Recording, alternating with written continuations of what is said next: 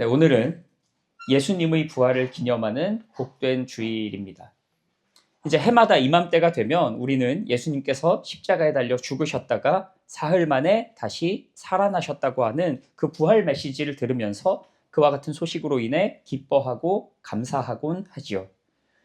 물론 우리에게 부활은 기쁜 소식이 맞습니다. 그러나 동시에 오늘은 여러분께 이런 질문을 한번 드려보고자 합니다. 우리에게 부활의 진의가 단지 예수님이 죽었다가 살아나셨다고 하는 그 사실, 다시 말해 십자가라는 비극적 서사를 뒤집는 일종의 해피엔딩에 불과한 것일까요? 이 질문에 대해서 우리가 그동안 계속해서 요한복음 1장에서부터 요한복음의 말씀을 살펴왔기 때문에 오늘도 요한복음이 이야기하는 그 부활이 무엇인지 여기를 통해서 함께 답을 찾아보고자 합니다. 다시 한번 본문을 보시면 1절 말씀이 이렇게 시작하죠. 안식 후 첫날. 자, 우리는 일반적으로 이 단어를 보면 안식 후 첫날이라고 하는 단어를 보면 이것을 시간적인 정보로 읽을 때가 많습니다. 아, 안식일이 지나고 이제 첫째 날이 되었구나. 물론 맞죠. 그런데 거기서 그칠 것이 아니라 요한복음의 전체적인 그 맥락 안에서 이 표현을 보면 그 의미가 조금 달라집니다. 자, 여기에 대해서 요한복음 1장 1절로 거슬러 올라가 보면 그 첫머리가 어떻게 시작합니까? 태초에 말씀이 계시니라. 아멘. 이때 사용된 이 태초에라는 말이 헬라어로 엔 아르케인데 이 아르케가 뭐냐? 철학 용어로 아마 들어보신 분도 계실 것 같아요. 일자라고 하는 말이 있어요. 일자. 이게 뭐 숫자 일자를 이야기하는 게 아니라 만물의 근원자, 원인자, 혹은 절대자 이런 말이에요. 그러니까 이 태초라고 하는 것은 엄밀히 이야기하자면 시간적 개념이 아니라 철학적 개념에서 이해해야 맞는 겁니다. 아직 시간이 창조되지도 않은 어떤 근원적 시초, 이게 이제 태초입니다. 그런데 사실 이 표현은 요한이 만들어낸 것이 아니고 요한도 차용한 거예요.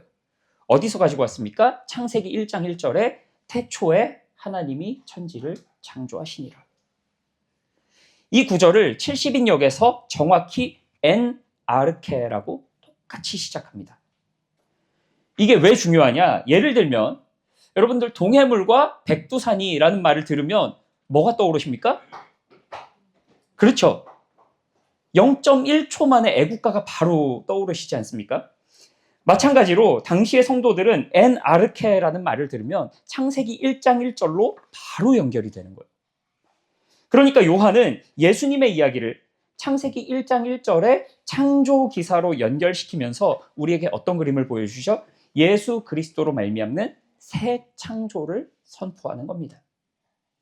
그러면 그와 같은 관점에서 볼 때 오늘 본문에서 안식 후 첫날이라고 하는 이 첫째 날은 어떤 날이 됩니까? 새 창조의 첫날이에요. 자, 이것을 염두에 두고 다시 한번 본문을 보십시다. 안식 후 첫날 일찍이, 그 다음에 뭐라고 나오죠? 아직 어두울 때. 자, 이 장면을 다시 창세기로 가지고 가서 보면 하나님께서 첫째 날 무엇을 만드셨습니까? 빛을 만드세요. 언제요? 아직 어두울 때. 그러니 이 서사가 이어가고 있는 것이 무엇입니까? 새 창조의 첫날, 비로소 이 땅 가운데 죄와 사망의 어두움을 가르면서 부활의 빛이 비추이는 것이고, 이로 인해 하나님의 창조 세계 가운데 새로운 국면에 막이 오르는 그림을 우리에게 보여주고 있는 겁니다. 가만히 보면 우리의 신앙은 종종 십자가의 은혜에만 머물러 있을 때가 있습니다. 주님께서 나를 위해 십자가를 지시고 대속해 주셨다. 너무너무 감사하다. 그런 순간들이 있죠. 물론 너무나 귀하고 중요합니다. 그러나 거기에서 멈춘다면 그것은 반쪽짜리 신앙이에요. 우리 같이 고린도전서 15장 17절 말씀을 함께 보시겠습니다. 함께 읽습니다. 그리스도께서 다시 살아나신 일이 없으면 너희의 믿음도 헛되고 너희가 여전히 죄 가운데 있을 것이요. 아멘. 자, 바울이 무엇을 이야기하고 있습니까? 만일 예수님이 다시 살아나지 않으셨다면 십자가라는 것은 죄 사함을 위한 희생이었을 수는 있지만 죽음을 이기신 예수님은 없다는 거예요. 여전히 죄의 싹은 사망이죠. 그런데 예수님께서 다시 살아나심으로 말미암아 어떤 일이 벌어집니까? 더 이상 죄와 사망이 다스리던 세상이 아니라 그리스도의 생명의 법칙이 다스리는 새로운 세상이 왔다. 이것을 예수님의 부활을 통해 친히 보여주셨다는 겁니다. 여기에 대해서 헤르만 바빙크는 이렇게 이야기하는데, 그리스도의 부활은 죄와 죽음에 대한 그분의 승리를 공개적으로 선언한 것이며 동시에 새로운 세계 질서가 시작되었음을 알리는 신호탄이다. 그러니 여러분, 십자가가 마치 낡고 망가진 건물을 철거하는 것이라면 부활은 그 위에 새로운 건물을 착공하는 것과 같습니다. 만일 철거만 하고 새로 짓지 않는다면 그곳은 그냥 폐허로 남게 돼요. 그러나 하나님의 계획은 거기서 그치지 않고 복음이라고 하는 좋은 소식, 무엇입니까? 이제 옛 세상이 아닌 새로운 세상 가운데 하나님의 나라와 통치와 임재가 충만하게 다스리게 된다는 겁니다. 그렇다면 이 새 창조는 대체 어디를 향하고 있는 것이며 하나님께서 궁극적으로 이루고자 하시는 것은 무엇일까요? 아마도 많은 사람들이 새 창조, 다른 말로 새 하늘과 새 땅이라고 하는 말을 들으면 소위 우리가 천국이라고 부르는 하늘 나라, 죽어서 가게 되는 어딘가를 떠올릴 것 같습니다.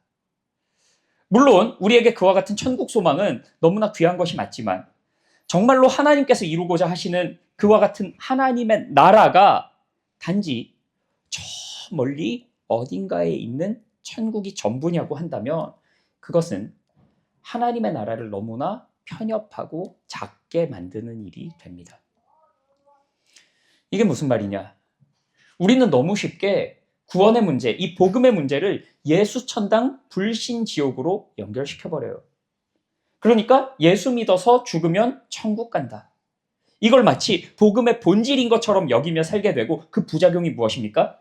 내가 이러거나 말거나 종국에는 천국에 가게 될 테니까 결국에는 그와 같은 안일함을 가지고 정작 내게 주어진 이 현실 세계 속에서는 구원파적인 신앙을 가지고 그렇게 사는 사람들이 있지 않습니까? 그렇다면 우리가 정말 그 천국 소망을 가지고 그것밖에 살지 못한다고 한다면 그게 진짜 복음이고 좋은 소식이 맞는 겁니까? 사실 이 모든 문제는 복음조차도 나 중심적인 사고를 가지고 살아가는 우리의 죄성에 기인한 한 측면일 수 있습니다. 예수님께서 나를 위해 이 땅에 오시고 나를 위해 죽으시고 나를 위해 이 모든 구원을 베풀어 주셨다. 다 나예요. 그런데 여러분, 성경이 우리에게 이야기하고 있는 복음은 고작 내가 죽어서 천국에 가는 수준이 아니라 하나님께서 이 세상을 포기하지 않으시고 죽기까지 사랑하신다고 하는 너무나 복된 선언이고, 그렇기 때문에 이 세상에 대해서도 간편하게 딜리트 버튼을 그냥 한번 눌러버리시는 것이 아니라 그 위에 새 창조를 하시는 겁니다. 여기에 대해서 조금만 더 깊이 이야기하자면 때로 우리는 이분법적인 신앙을 가지고 살 때가 있습니다. 영적인 세계는 거룩하고 선한 것으로 여기는 반면에 이 세상에 대해서는 추악하고 더럽다고 여기는 것이죠. 그러나 여러분, 하나님께서는 이 세상을 그렇게 창조하지 않으셨습니다. 창세기 1장 31절에서 그 이야기를 하고 있어요. 하나님이 지으신 그 모든 것을 보시기에 신이 좋았더라. 아멘. 이미 그보다 더 좋을 수 없는 하나님의 완벽한 질서와 통치와 역사하심이 있었던 그 세상. 그 세상을 바라보며 하나님께서는 심히 기뻐하십니다. 그렇기 때문에 하나님께서 이 세상이 망가졌을 때 그 망가진 세상을 보며 누구보다 애통하는 심정으로 안타까워하시고 그 세상을 다시금 회복시키시겠노라 결심하신 것은 어찌 보면 하나님의 속성에 있어서 너무나 당연한 일이었고, 여기에 대해서 성경은 무엇이라고 이야기합니까? 우리가 너무나 잘 아는 요한복음 3장 16절에 하나님이 세상을 이처럼 사랑하사 어떻게 하십니까? 독생자를 주세요. 여러분, 성경은 하나님께서 사람을 사랑하사 독생자를 주셨다고 이야기하지 않습니다. 하나님이 세상을 이처럼 사랑하사. 그 세상을 회복시키시고 그 크신 계획 가운데 우리의 회복과 구원의 문제도 포함되어 있는 거예요. 그게 전부가 아닙니다. 이것을 통틀어서 무엇이라고 부릅니까? 새 창조. 새 창조. 우리가 지난주에 주신 말씀을 통해서도 새 창조에 대한 부분을 생각해 본 일이 있었는데 이것이 왜 중요하냐? 결국에 성경의 마지막 부분으로 가면 하나님 나라에 대한 결말이 바로 이 새 창조로 맺어지기 때문에 그래요. 여기에 대해서 우리 같이 요한계시록 21장 1절과 2절 말씀을 함께 보시겠습니다.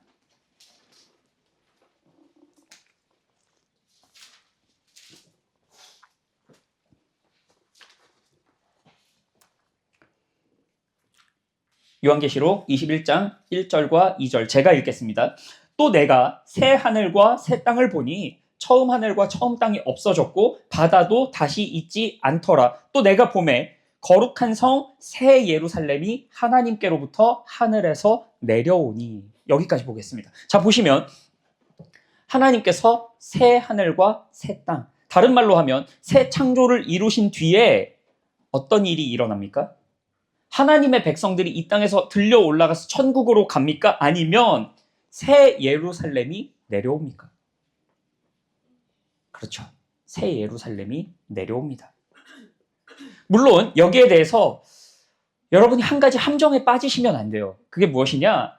자꾸만 하나님의 나라를 우리의 편의에 따라서 물리적 개념, 물리적 공간으로 이해하시면 안 됩니다. 그러다 보면 하나님의 나라에 대해서도 너무나 편협하게 국지적인 이해밖에 할 수가 없게 돼요. 그렇다면 천국이 저 하늘 어딘가에 있는 줄 알았는데 그게 아니라 이 땅이 천국이 된다는 건가? 아니죠. 그게 아니죠. 그런 수준의 이야기가 아니라 하나님께서 우리가 감히 그 끝을 알 수 없는 우주적 회복을 이루시는 가운데 하늘과 땅이 하나가 되고 그 가운데 하나님의 온전하신 통치와 임재와 역사가 충만하게 되는 것. 이제 하늘과 땅의 경계조차도 사라지게 되는 것. 그게 정말 하나님께서 궁극적으로 이루고자 하시는 새 창조의 모습이지요. 그리고 우리는 그것을 사모하면서 무엇을 구합니까? 뜻이 하늘에서 이루어진 것 같이 땅에서도 이루어지이다. 그런데 그게 한 번만 이루어지고 마는 것이 아니라 끊임없이 이루어지고 있는 영원한 상태, 그게 바로 하나님의 나라인 겁니다. 그리고 그 나라가 그리스도의 부활로 말미암아 이제 이미 우리 중에 시작되었습니다. 이러한 관점으로 하나님의 나라, 천국을 바라보지 못하고 구원과 복음을 이해하지 못한다면 10년, 20년, 평생을 신앙생활에도 만날 수밖에 없는 그 한계가 있어요. 그게 뭐냐? 오늘 죽어서 내가 천국 간다는 건 알겠는데 왜 굳이 살아서 이 땅 가운데 이 고생을 하며 살아야 되느냐는 한계. 그러면 사는 게 고통이고 저주죠. 이것은 마치 이 땅에서의 삶을 애굽에서의 종살이 내지는 광야 생활로 바라보는 겁니다. 그러니 어떻게든 이 생활을 빨리 벗어나서 저 약속의 땅 가나안으로 들어가기만 한다면 내 삶이 행복해질 텐데, 다 좋아질 텐데, 아무 문제가 없을 텐데. 그런데 여러분 한번 잘 생각해 보세요. 이스라엘 백성들에게 가나안이 지상 낙원이었습니까? 아니에요. 가나안에 들어간 그 순간부터 얼마나 치열한 정복 전쟁이 시작됩니까? 그 땅의 주민들을 몰아내고 진멸하고 피비린내 나는 싸움의 연속입니다. 그런데 그 전쟁을 통해서 뭘 하죠? 그 땅에 하나님의 나라를 이루어가는 거잖아요. 그게 바로 약속의 땅입니다. 그렇다고 한다면 우리에게 주어진 약속의 땅 가나안은 무엇일까요?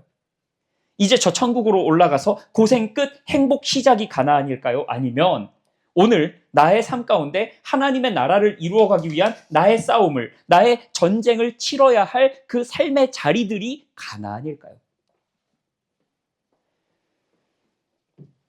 앞서 이야기했듯이 하나님의 나라는, 그리고 그분의 새 창조는 이미 우리 가운데 시작되었습니다.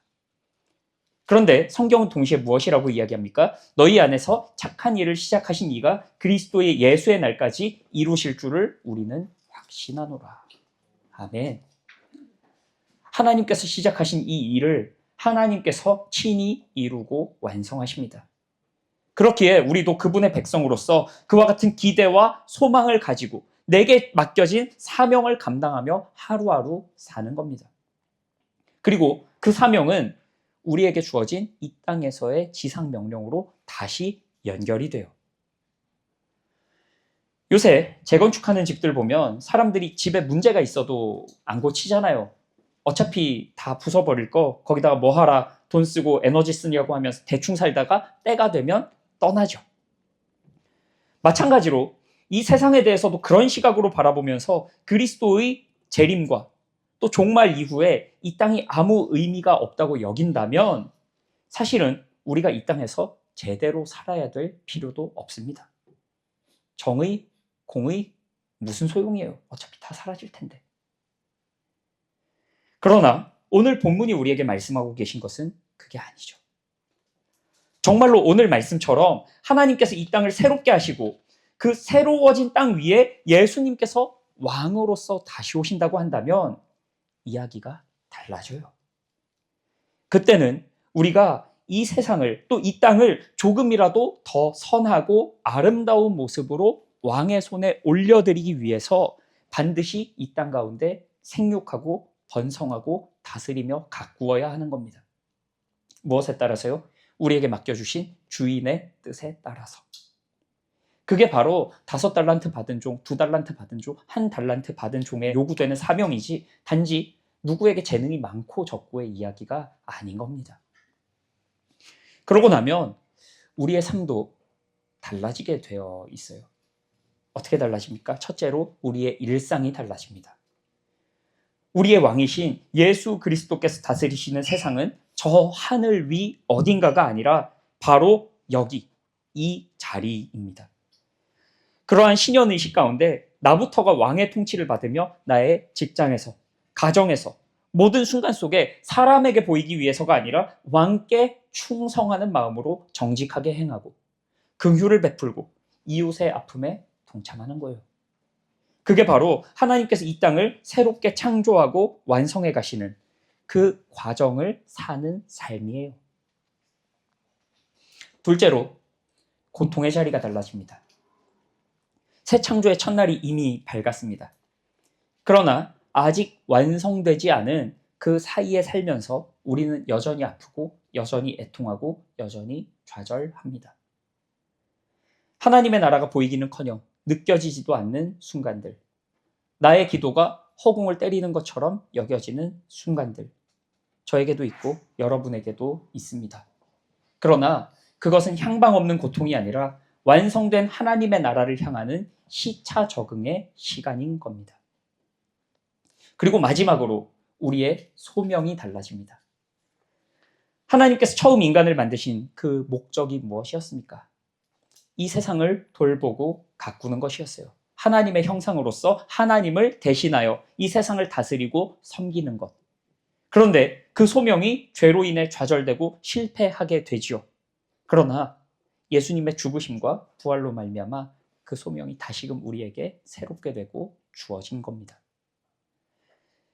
여러분, 우리가 그리스도인으로서 환경을 생각하고 자연을 보호하고 이런 일들도 다 해야 하는데 그 이유가 무엇일까요? 단지 그냥 인본주의적인 관점에서 우리 다음 세대들에게 잘 물려주기 위해서일까요? 아니에요. 왕이신 예수님께서 그 모든 것의 주인으로서 다시 오시기 때문에 그런 겁니다. 혹시 일반 사병들이 군 생활하면서 만날 수 있는 가장 큰 재앙이 뭔지 아세요? 유격? 혹한기? 진돗개 발령? 아닙니다. 사단장이든 군단장이든 하여튼 높은 사람이 우리 부대에 방문하는 거예요.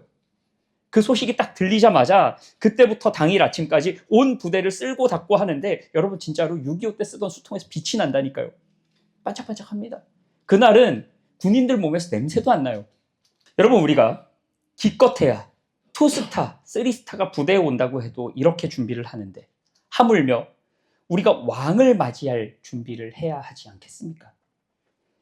그리고 사실은 그 준비도 억지로 하는 것이 아니라 기쁨으로 하는 겁니다. 왜요? 그 자체가 이미 은혜이고 감사이기 때문에. 우리가 뭐라고 왕을 영접할 수 있겠습니까? 사랑하는 성도 여러분, 오늘 본문에서 마리아는 아직 어두울 때 무덤에 옵니다. 그리고 돌이 옮겨진 것을 발견하죠. 그런데 그 모습을 보면서도 여전히 아무것도 알지 못합니다. 그러니까 베드로에게 가서 이렇게 이야기하죠. 사람들이 주님을 무덤에서 가져다가 어디 두었는지 알지 못하겠다. 왜 그렇습니까? 왜 알지 못합니까? 아직 어두우니까. 아직 그 빛을 온전히 마주하지 못했으니까 그런 겁니다. 여러분, 우리도 그래요. 우리도 아직 다 보지 못합니다. 다 이해하지 못해요. 새 창조가 시작되었음에도 우리의 삶은 여전히 아프고 여전히 고단합니다. 마리아가 그랬던 것처럼 우리도 매 순간 알지 못하는 가운데 우왕좌왕하며 살아갑니다. 그러나 여러분, 조금만 더 뒤로 가서 16절로 가면 이런 장면이 나옵니다. 우리 같이 마지막으로 좀 보시겠습니다. 요한복음 20장 16절입니다. 함께 읽을까요? 예수께서 마리아야 하시거늘 마리아가 돌이켜 히브리 말로 라보니 하니 이는 선생님이라는 말이라. 아멘. 머지않아 마리아가 주님을 알아보는 그때가 오는 거예요. 우리도 마찬가지입니다. 비록 지금은 우리의 삶이 1절과 2절의 어두움 속에 머무르고 있을지 모르겠지만 반드시 16절의 그 고백의 순간으로 하나님은 우리를 이끌어 가십니다. 오늘 말씀이 증언하듯이 새 창조의 아침은 이미 시작되었고 우리의 왕이신 예수님께서 그분의 나라를 이끌고 오고 계십니다. 지금 이 순간에도 계속해서 오고 계세요. 그러니 나의 하루, 나의 일상, 그 속에서 흘리는 눈물과 내뱉는 신음이 결코 무의미한 것이 아닙니다. 하나님께서 심히 좋다고 선언하셨던 이 세상을, 그리고 우리들을 하나님은 끝까지 사랑하시고 끝까지 붙드시고 끝내 새롭게 하실 것입니다. 이 부활의 계절에 다시금 그 소망으로 말미암아 힘을 얻고 기쁨과 감사로 다시금 새 창조의 아침을 맞이하는 저와 여러분이 되시기를 주님의 이름으로 축원합니다. 아멘.